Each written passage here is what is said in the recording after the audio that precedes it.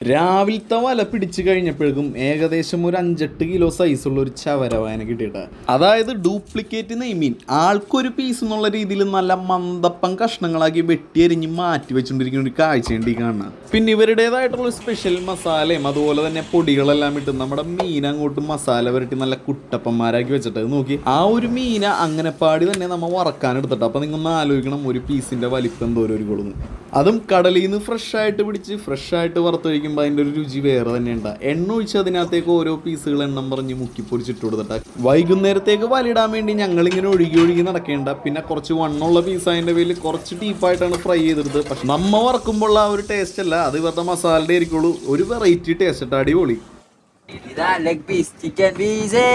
ആ ചൂട് സാമ്പാറും ആ മീൻ വറുത്തൊക്കെ എടുത്തിട്ട് കടലിൽ ഇങ്ങനെ ആടി ആടി കഴിക്കാനായിട്ടുണ്ടല്ലോ. ആഹാ അടിപൊളി. നോക്കി